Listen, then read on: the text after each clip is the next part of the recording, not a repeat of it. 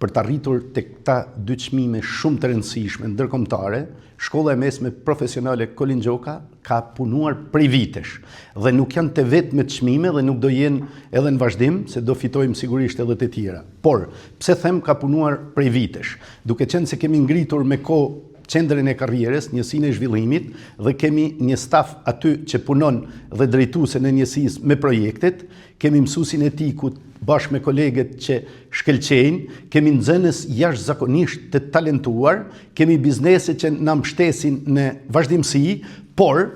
projektet që shkolla ka fituar dhe fiton në vazhdimsi janë merit totale e stafit të projekteve në shkollë. Kemi fituar në vazhdimsi projekte, i kemi zbatuar dhe ky është njëri prej tyre, është projekt evropian me fondet e Erasmus Plus i fituar para 2 vitesh dhe që u përmbyll në Athinë me këto 2 çmime ndërkombëtare ku konkuronin universitar nga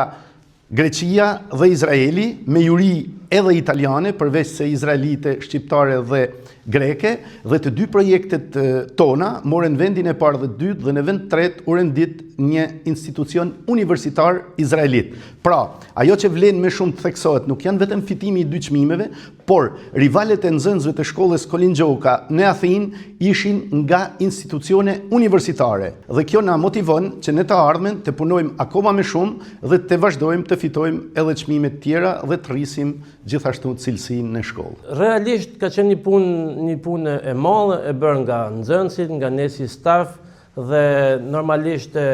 pjesa e skanimeve kërkon që objektet të jenë të lira, mos ketë njerëz në lëvizje e tjerë. Na është dashur të ngrihemi herët dhe të shkojmë pranë këtyre objekte në mënyrë që të mos kishim lëvizje njerëzish. Përveç kësaj na është dashur të organizohemi në grupe të ndryshme në mënyrë që të arrijmë të kapim një sër biznesesh, të realizojmë skanimet. Projekte aty gjetëm mjaft kompeticion, por arsyeja kryesore pse ne fituam projektin ishte se ne shumë më të përgatitur se gjithë tjerë. Kishim bërë 2 intervista, kishim bërë skanime të disa hapësira, jo vetëm nga një hapësirë për secilin grup, sikur kërkoi nga projekti të prezantojmë disa hapësira të ndryshme, duke për kamerën e motorportit. Dhe prezantimi ishte pika jo më e fortë, se edhe kur juria na bënte pyetje në lidhje me skanimet, ne ishim gati të përgjigjeshim.